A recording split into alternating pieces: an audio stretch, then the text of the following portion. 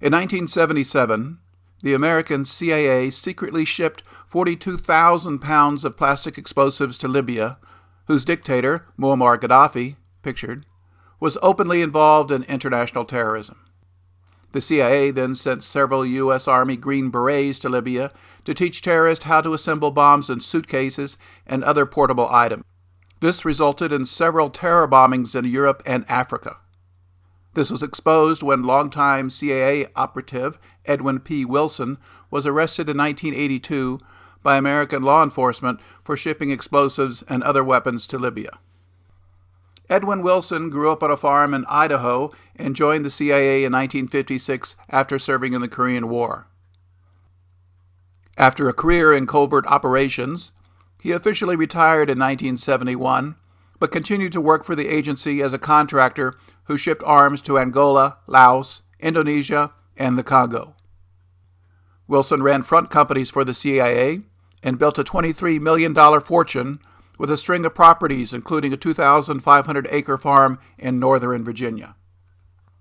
In 1982, Wilson was living in Libya when indicted by the U.S. Justice Department for shipments of arms to Libya. Muammar Gaddafi refused to extradite him, but Wilson felt unsafe in Libya. He assumed that he would be safe in the Dominican Republic, but was arrested upon arrival and flown to New York.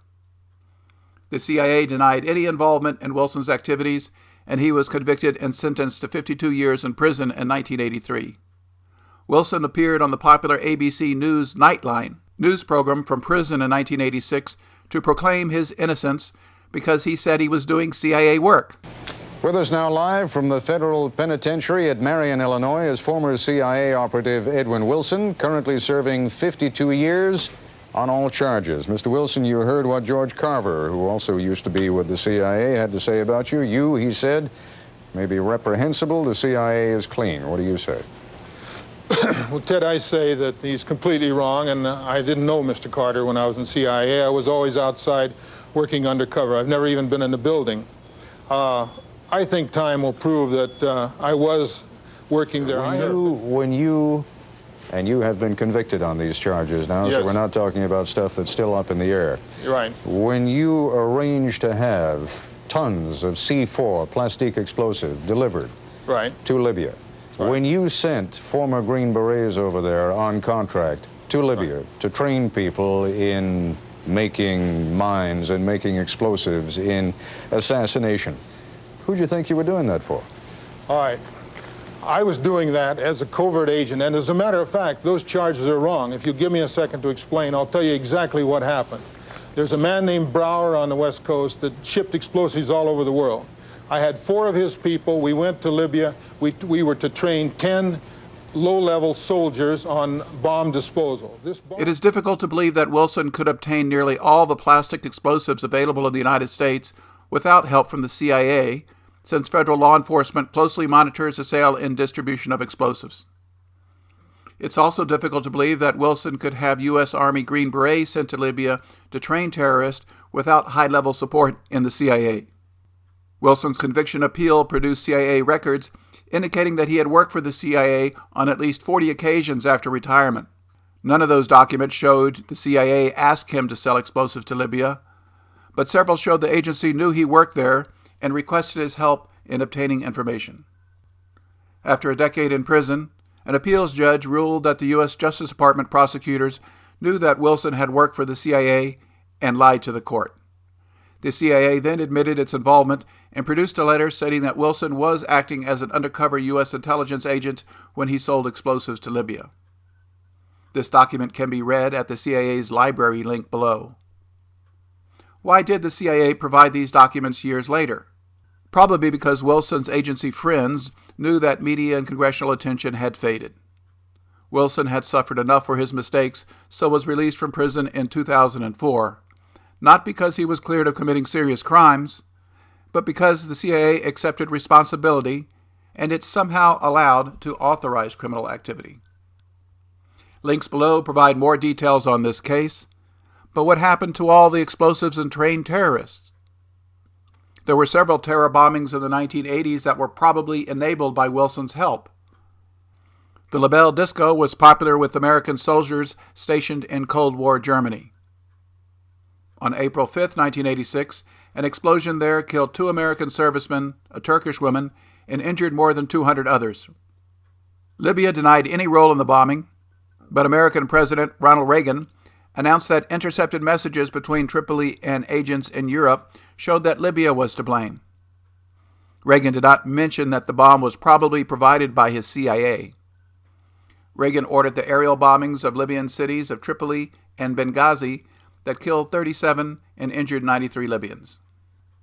The 1988 crash of Pan Am Flight 103 near Lockerbie, Scotland, that killed 270 people, was caused by a sophisticated plastic explosives bomb concealed in a cassette recorder.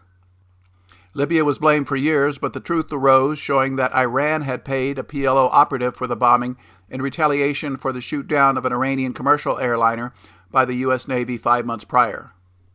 See the video link below for details. A Green Beret in the 1986 Nightline report said that Wilson's team trained PLO terrorists too. But 2 weeks ago, Nightline talked to former Green Berets who say they worked in Libya for Ed Wilson. My boss it was Edwin Wilson. Edwin Wilson paid us. Luke Thompson was on active duty when he led a training team of retired Special Forces experts to Libya. They received their orders from the Deputy Chief of Libyan Military Intelligence. His requirements would be to train airborne techniques, demolitions, manufacturing of bombs, booby traps, monitoring phone lines, surveillance, assassination, all the things required in terrorist activities. We ended up training terrorists, the different terrorist factions, IRA, the PLO, the Red Brigade, folks like that. In 1989, a suitcase bomb similar to the one used over Lockerbie destroyed the French aircraft UTA Flight 772 in the skies above Niger. All 170 people on board were killed, most of whom were French nationals. French investigators said the attack came in response to France's decision to use its troops to resist a Libyan invasion of Chad. Since Muammar Gaddafi denied involvement, it's plausible the CIA was responsible for this and other bombings using duped Libyans. Libya's ties to terrorism extended to the conflict between the Irish Republican Army, IRA, and the British government in Northern Ireland. Gaddafi saw the IRA as an ally in the fight against Western imperialism and was the main source of weaponry for the IRA terror campaign that lasted 30 years and claimed more than 1,000 lives. In 1987, a merchant ship was stopped on its way to Northern Ireland carrying 2 tons of plastic explosives that were seized. Other shipments were successful and used in bomb attacks that killed hundreds. An internet search for Libyan and PLO terrorist bombings turns up more events of the 1980s that were probably enabled by explosives and training provided by the American CIA. The Edwin Wilson case is an excellent example of how America's corporate media ignores unpleasant facts. PBS Frontline published a detailed article in 2015 on Libya terror bombings, link below. It fails to mention the explosives came from the CIA and the bombs were assembled with the help from American bomb experts. One can only speculate about the CIA's goals, but terror bombing resulted in billions more dollars in funding for CIA counter-terror operations. Edwin Wilson is often portrayed as a patriotic victim of CIA treachery, but it's difficult to feel sorry for a man who played a key role in numerous terrorist bombings. In the Nightline interview, he showed no remorse, but was angry that the American media exposed his secret operation. And the thing is, the reason I come on this program, there's at least 4 major top-secret projects that he blew in that book. The missile project, the Iran project, the Swedish Merchant Marine, the Turkish Dardanelles project. He did it for one reason, to make some money. And I just think that's despicable and beneath contempt. Well, I'm going to give Peter a chance to respond to that, but I got to tell you, based on everything that has come out in court proceedings about you, for you to be talking about people doing despicable things for money does seem like the pot calling the kettle black.